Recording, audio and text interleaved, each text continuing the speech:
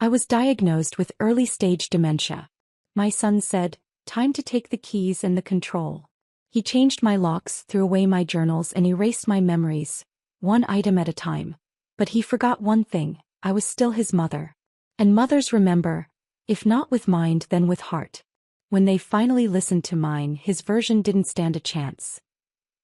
I was standing in my kitchen, staring at my car keys dangling from Nick's fingers, when I realized my own son had just stolen my freedom. Not borrowed. Not temporarily taken. Stolen. "Mom, you nearly drove through Mrs. Patterson's fence yesterday," he said, his voice carrying that patronizing tone I'd been hearing more often lately. "The keys stay with me now." But that wasn't true. I remembered yesterday perfectly. I'd backed out of my driveway, noticed Mrs. Patterson waving from her garden, and drove to the grocery store without incident. The fence story was fabricated and we both knew it. My name is Sydney Hartwell, and 3 weeks ago, everything changed with 4 words from Dr. Morrison: early-stage cognitive decline. Not the full dementia sentence I'd feared, but enough to crack open the foundation of my carefully constructed life. I was 67, a retired English teacher who'd spent 42 years molding young minds, and suddenly I felt like clay in someone else's hands. The irony wasn't lost on me. I'd taught thousands of students to question everything, to read between the lines, to recognize manipulation in literature. Yet here I stood, watching my 38-year-old son manipulate the narrative of my own life with surgical precision. "Nick, I don't need," I began, but Allison's perfectly manicured hand touched his shoulder, cutting me off mid-sentence. "Sydney, sweetie," she said, her voice dripping with artificial concern, "Nick's just looking out for you. We both are." The way she said "we" made my stomach clench. They'd been married only 8 months, and already she spoke as if she'd earned the right to make decisions about my life.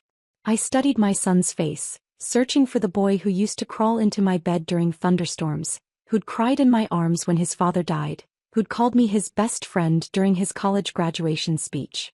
That boy was gone, replaced by this stranger wearing expensive clothes I couldn't afford on my teacher's pension. "Where are my photo albums?" I asked suddenly, remembering how I'd searched for them that morning. I wanted to show my neighbor the pictures from Nick's wedding, the ones where he actually smiled instead of checking his phone. Nick and Allison exchanged a look. One of those married couple telepathic conversations that excluded everyone else in the room. "You put them somewhere safe, remember?" Nick said. "You've been misplacing things lately." The gaslighting was so smooth, so practiced, that for a moment I doubted myself. Had I moved them? The uncertainty felt like quicksand beneath my feet.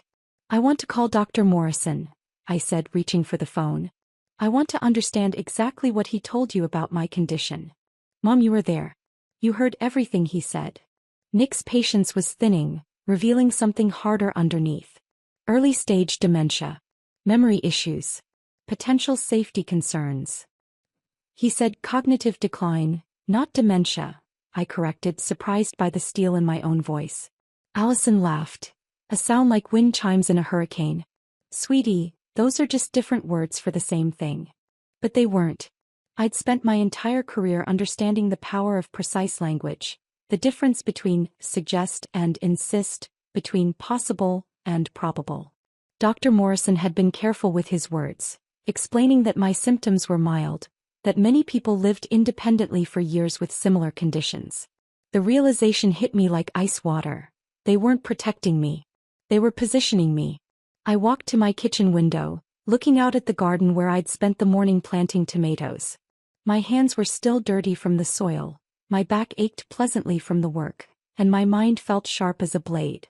Whatever was happening to my memory, I wasn't helpless. Not yet. "I'm making coffee," I announced, moving toward the cabinet where I kept my good cups, the ones Caleb had given me for our 20th anniversary. The cabinet was empty.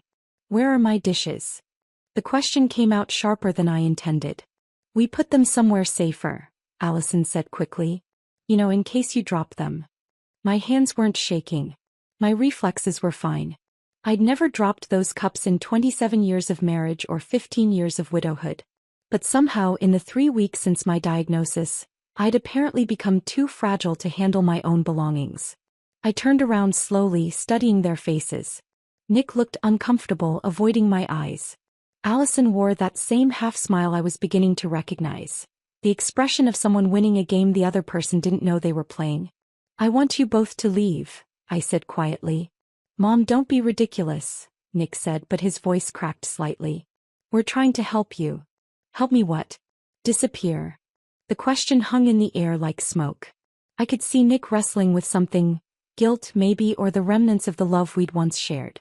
For a moment I thought I saw my real son flickering behind his eyes. Then Allison stepped closer to him, her presence like a shadow swallowing light. "Sydney, you're getting confused again," she said, her voice gentle as a knife between ribs. "Why don't you rest? We'll finish organizing things while you nap." Organizing. The euphemism made my teeth ache. I looked at Nick one more time, really looked at him, memorizing his face. Not because I might forget it due to my condition, but because I had the terrible feeling that the son I'd raised, the one who'd held my hand at his father's funeral, who'd thanked me for never giving up in his high school yearbook, might already be gone.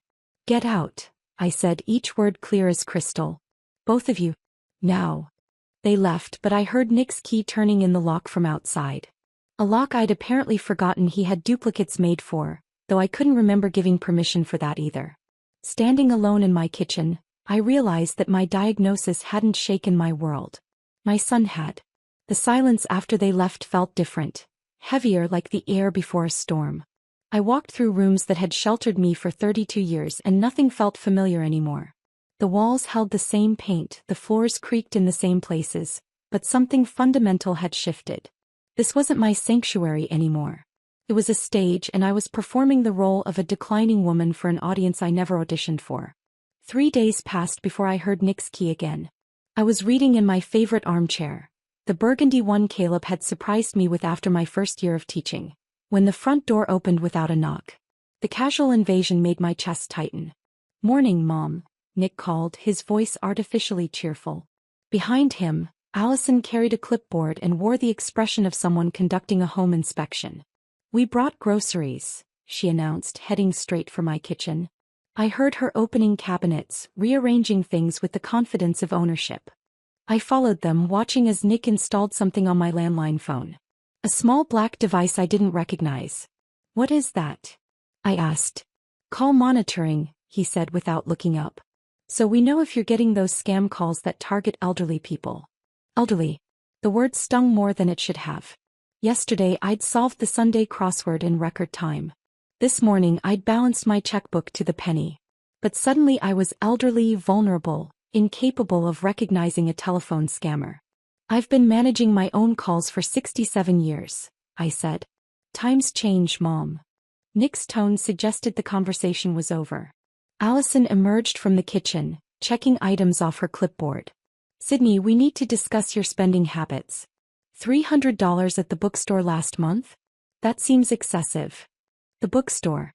Where I'd bought gifts for my former students' graduations, where I'd purchased the mystery novels that kept my mind sharp, where I'd found the poetry collection that reminded me of Caleb's favorite verses.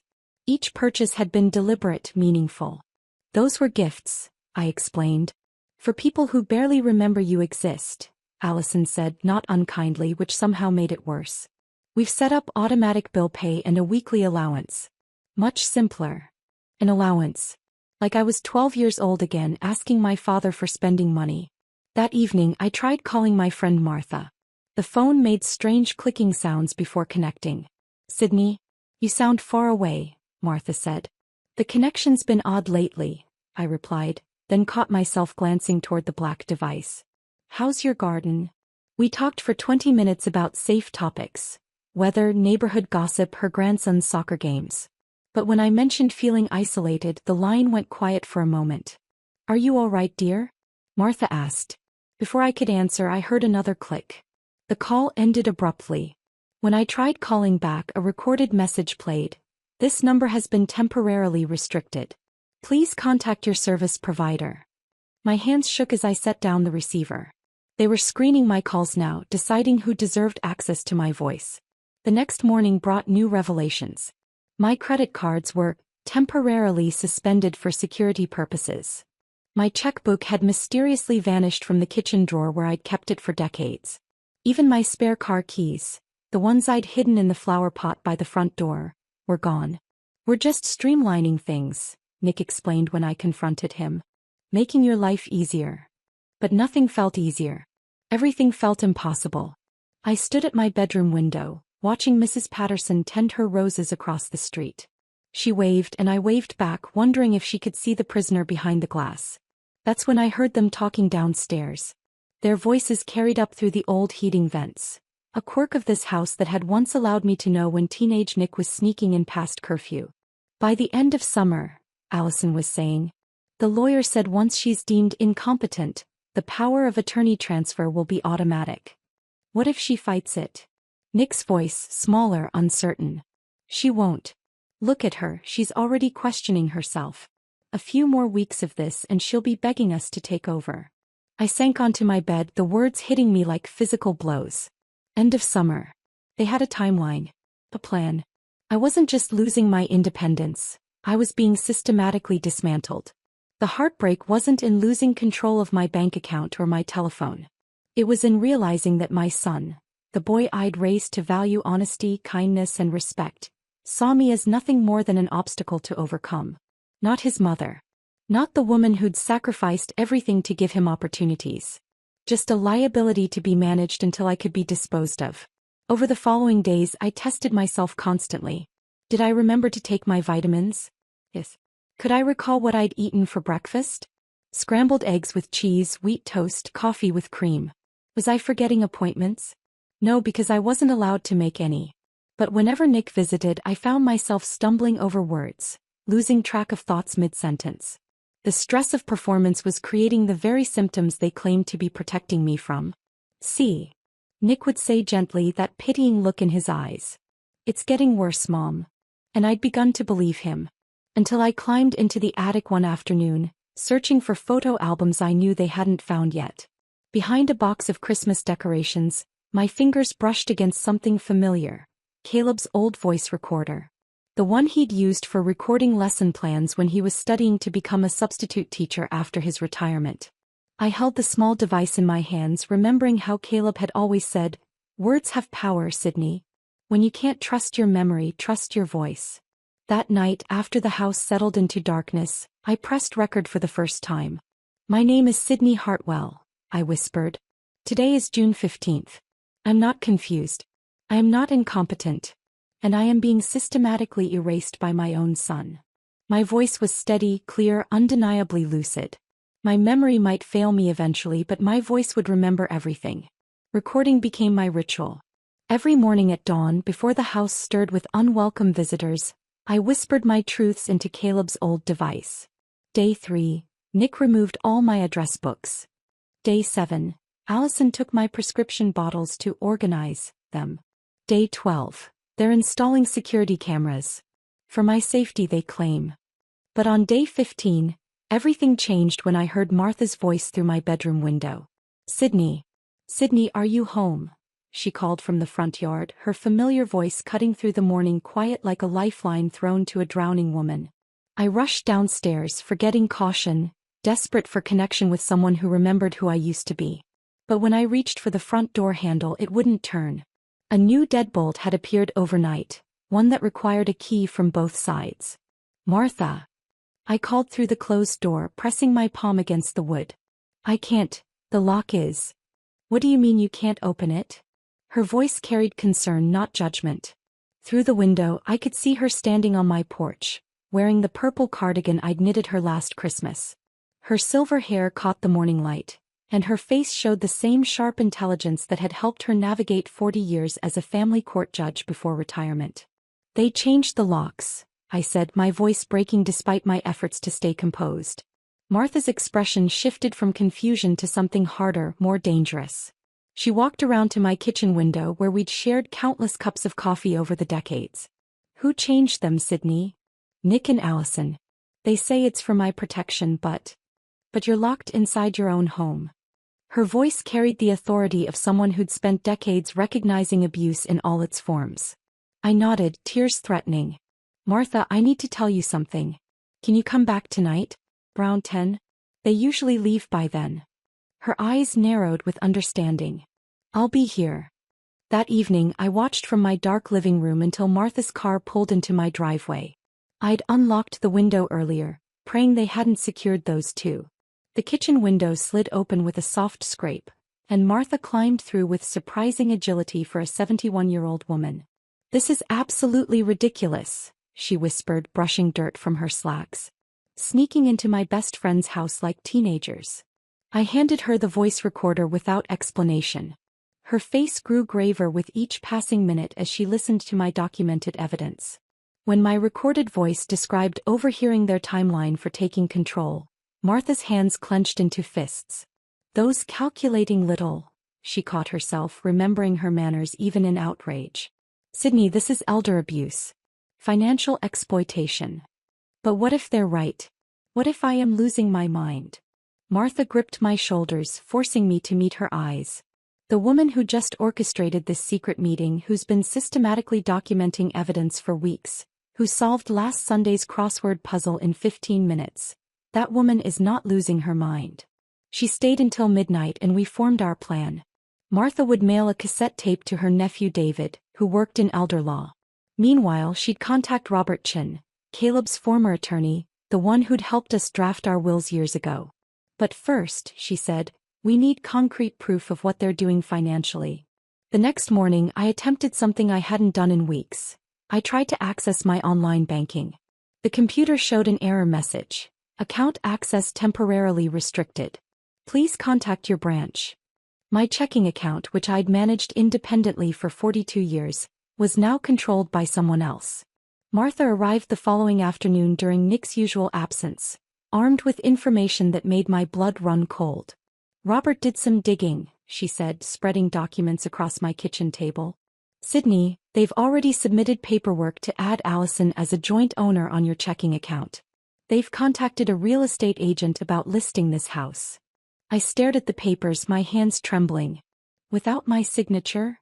They're using a preliminary power of attorney document. One that shouldn't be valid yet because you haven't been declared incompetent. But they're betting no one will check too closely." The betrayal cut deeper than I'd imagined possible. Not only were they stealing my present, they were erasing my future. "There's more," Martha continued gently. "They've scheduled you for another medical evaluation next week. With a doctor who specializes in dementia assessments. Robert thinks they're shopping for a diagnosis." My stomach dropped. They were manufacturing the evidence they needed to justify their theft. "What do we do?" Martha smiled, the same fierce expression she'd worn in courtrooms when defending vulnerable families. "We beat them at their own game. Robert's arranging for you to see Dr. Elizabeth Warner tomorrow. She's one of the most respected neurologists in the state, and she's testified in elder abuse cases before." The next day, Martha drove me to Dr. Warner's office in her ancient Honda, taking back roads to avoid any possibility of being followed. The irony wasn't lost on me. I was sneaking around to prove my own competency. Dr. Warner was a woman in her 50s with kind eyes and direct questions. She spent 3 hours with me, conducting memory tests, cognitive assessments, and detailed interviews about my daily functioning. "Mrs. Hartwell," she said finally, "you show signs of mild cognitive decline, which is normal for someone your age. Your memory has some gaps, but your reasoning, judgment, and decision-making abilities are completely intact. You are absolutely competent to manage your own affairs." I nearly cried with relief. Not because the news was surprising, but because finally someone with authority was confirming what I'd known all along. Martha squeezed my hand as Dr. Warner continued. "I'm also required to tell you that what you've described, family members restricting your access to your own finances and property without legal authority, constitutes financial abuse under state law." We left the office with official documentation of my competency and Dr. Warner's detailed report. But more importantly, we left with validation that my instincts had been correct. "Now what?"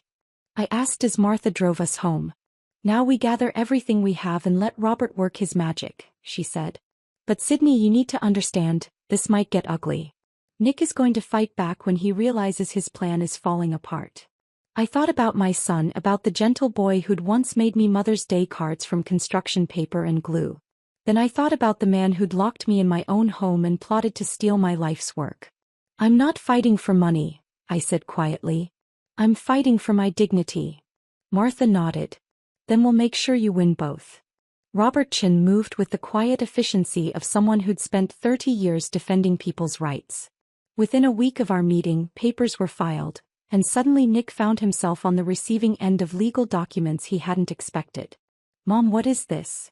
His voice cracked over the phone when the court summons arrived.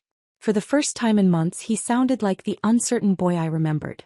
"It's me taking back my life," I said, surprised by how steady my own voice sounded. The silence stretched between us before he spoke again, his tone shifting to something colder. "You're making a mistake. We're trying to help you, and you're listening to that meddling old woman instead of your own family." That meddling old woman was currently in my kitchen, helping me organize the evidence we'd gathered. Martha looked up from her neat stacks of documents when I hung up the phone. "How did he sound?" she asked. "Scared." The realization gave me no satisfaction. "And angry." 2 days later, Nick arrived with his own lawyer, a sharp-suited man named Bradley Winters who looked like he'd stepped out of a corporate law firm's advertisement. They sat across from Robert Chin in a sterile conference room, trying to negotiate a settlement that would avoid court entirely. "Mrs. Hartwell clearly needs assistance managing her affairs," Winters said, his voice carrying the practiced authority of someone accustomed to intimidating elderly clients. "My client is simply trying to ensure his mother's well-being." Robert slid a folder across the table. "Your client has been systematically isolating his mother, restricting her access to her own property, and attempting to gain control of her assets without proper legal authority. We have documentation." I watched Nick's face as Robert outlined our evidence. The color drained from his cheeks when Robert mentioned the recorded conversations, and his hands clenched when Martha's testimony was discussed. "This is ridiculous," Allison interjected, speaking for the first time. "Sydney's condition is deteriorating. We've seen it firsthand." "Have you?" Robert asked mildly. "Because Dr. Warner's comprehensive evaluation suggests otherwise." That's when I knew we were going to court. Nick's jaw tightened with stubborn determination, the same expression he'd worn as a child when he'd been caught in a lie but refused to admit it. The hearing was scheduled for 3 weeks later, giving both sides time to prepare. Those 21 days felt like living in a war zone. Nick and Allison increased their visits, documenting every moment I hesitated to find a word, every time I misplaced my reading glasses. "You're making this harder than it needs to be," Allison said during one particularly tense visit. "We're not the enemy here." But they were treating me like one. The house felt under siege, every conversation recorded by hidden devices they thought I hadn't noticed, every interaction designed to provoke the confusion they needed to prove their case. Martha practically moved in during those final weeks, helping me practice my testimony and keeping me grounded when anxiety threatened to overwhelm my clarity. "Remember," she said the night before the hearing, "you're not just fighting for yourself. You're fighting for every parent who's ever been betrayed by the child they raised." The morning of the hearing arrived gray and drizzling, as if the weather itself reflected the somber nature of what was about to unfold. I wore my navy blue dress, the one Caleb had always said made me look distinguished, and carried the small leather purse that held my voice recorder. The courtroom was smaller than I'd expected, but the weight of what would be decided there made it feel enormous. Judge Patricia Holloway presided, a woman in her 60s with silver hair and intelligent eyes that missed nothing. Nick and Allison sat at one table with their lawyer, while Martha, Robert, and I occupied the other. When I caught Nick's eye, he looked away quickly, but not before I saw something that might have been shame. Winters presented their case first, painting a picture of a confused, declining woman who could no longer manage basic tasks. He submitted evidence of my erratic behavior, my attempts to access my own bank account, my paranoid concerns about missing belongings, my inappropriate friendship with Martha. "Mrs. Hartwell requires protection from herself," he concluded, "and from those who would take advantage of her vulnerability." The irony of that statement hung heavy in the air. Then it was Robert's turn. He called Dr. Warner first, who testified about my cognitive abilities with clinical precision. Her words carried weight, but it was the recordings that changed everything. When Robert played the first tape, my clear, articulate voice describing the systematic removal of my belongings, I watched the judge's expression shift. But it was the second recording that sealed our case. Allison's voice, captured through those old heating vents, discussing their timeline for gaining control. If we play this right, we'll have everything signed over by the end of summer. Her recorded voice filled the courtroom. Nick's face went white. Allison stared straight ahead, her composure cracking for the first time. She's manipulating you. Nick suddenly shouted, standing up despite his lawyer's restraining hand. She's playing the victim, but she's the one who's sick. Judge Holloway's gavel came down once, sharp and final. Mr. Carter, you will sit down and remain silent, or you will be removed from my courtroom. The judge's voice carried the authority of someone who'd seen every form of family dysfunction imaginable. No, Mr. Carter. After listening to these recordings and reviewing the evidence, it appears your mother remembers quite a bit more than you assumed she would. When the judge delivered her decision, the words seemed to echo in the stunned silence. Guardianship petition denied. However, given the concerning pattern of behavior demonstrated by the petitioner and his spouse, this court is establishing a protective trust to ensure Mrs. Hartwell's assets remain secure while providing appropriate support for her continued independence. Allison was the first to leave, her heels clicking angrily against the marble floor, her dreams of redecorating my home evaporating with each step. She didn't look back, didn't say goodbye, just walked out of the courtroom and, as I would later learn, out of Nick's life entirely. But Nick remained, staring at me with an expression I couldn't quite read. Surprise, betrayal, perhaps even a grudging respect. Why would you do this to me? He asked, his voice barely above a whisper. I looked at my son, really looked at him, and for a moment I saw both the man who'd tried to steal my life and the boy I'd raised with such hope. Because I may forget your face one day, I said quietly, but I'll never forget what you tried to do to me. The truth hung between us like a bridge neither of us knew how to cross. Nick walked out of that courtroom without looking back, and I felt something inside me shift. Not break, but transform. The bridge between us might be damaged, but I was still standing and I had work to do. The first task was reclaiming what had been stolen. Robert Chin accompanied me to my bank the following Monday, where we discovered the extent of their attempted theft. The branch manager, Mrs. Rodriguez, looked genuinely horrified as she scrolled through the unauthorized access attempts. Mrs. Hartwell, I'm so sorry this happened, she said, printing out statements that showed the breadth of their manipulation. We've restored full access to all your accounts and implemented additional security measures. But I wasn't interested in security measures anymore. I was interested in purpose. That afternoon, Martha and I sat in Robert's office as he spread new documents across his mahogany desk. Your will, trust, and medical directives, he said. Clean slate. Who would you like as beneficiaries? I stared at the blank spaces where Nick's name would have been, feeling an unexpected sense of freedom rather than loss. I want to create something that matters, I said. An education fund for children who need opportunities. The Caleb and Sydney Hartwell Educational Foundation, Martha suggested softly. The name felt right, honoring the man who'd believed education could change the world and the woman who'd spent 4 decades proving him correct. Within 2 weeks, the foundation was established. Robert helped me craft the mission statement, providing educational opportunities for underprivileged children, because every young mind deserves the chance to flourish. The irony wasn't lost on me. The son who'd tried to steal my assets had inadvertently inspired me to give them away to children who would truly appreciate the gift of learning. Martha arrived one morning carrying 3 cardboard boxes I hadn't seen in months. Your journals, she announced, setting them on my kitchen table. I may have rescued a few things during those early weeks when items kept disappearing. I opened the top box with trembling hands. Inside were notebooks spanning 30 years. My thoughts on teaching, reflections on raising Nick, memories of Caleb, observations about life and literature. My voice, preserved in ink and paper. You saved them, I whispered. I had a feeling they might be important someday, Martha said with a knowing smile.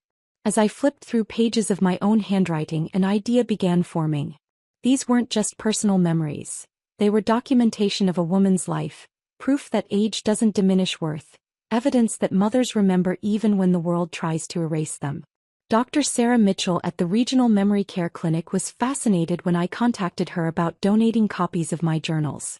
Mrs. Hartwell, these could be invaluable for families dealing with similar situations, she said during our meeting. We see financial abuse of elderly parents more often than people realize, but we rarely have such detailed documentation of the emotional manipulation involved. I spent the next month working with Dr. Mitchell to identify the most relevant passages. Moments when I'd question my own sanity, instances where I'd documented the gradual erosion of my autonomy, reflections on the difference between genuine care and controlling behavior. This entry particularly struck me, Dr. Mitchell said, reading from my journal dated 3 weeks before the court hearing.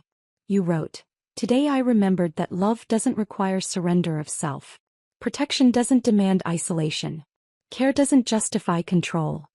These distinctions could help other families recognize unhealthy dynamics. The journal project led to speaking engagements. Dr. Mitchell invited me to address support groups for caregivers and family members of people with cognitive decline.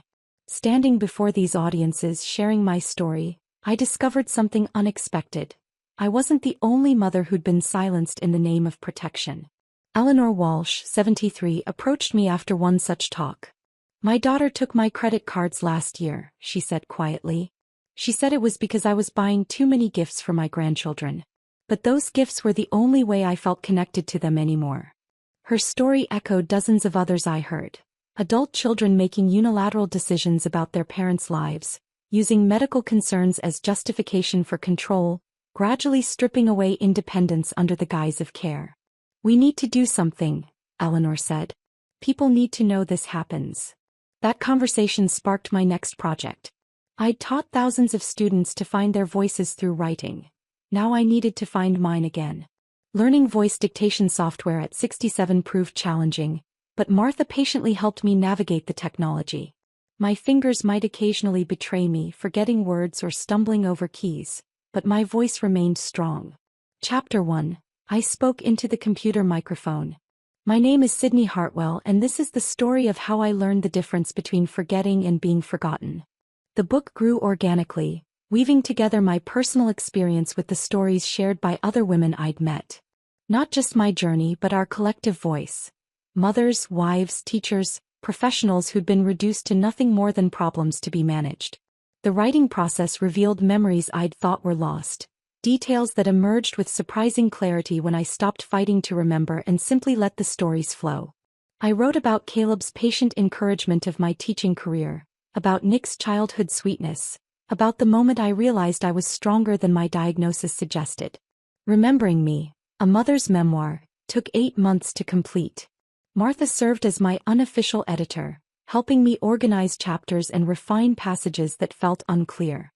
"This section about rebuilding your confidence after the hearing," she said one afternoon, pointing to a paragraph on her laptop screen. "It's powerful, but I think you could push deeper. What did it feel like to trust your own judgment again?" The book became more than memoir. It became a guide for other families navigating similar challenges, a testament to the reality that cognitive changes don't negate a person's fundamental worth or right to dignity. When the first printed copy arrived in the mail, I held it like the precious thing it was.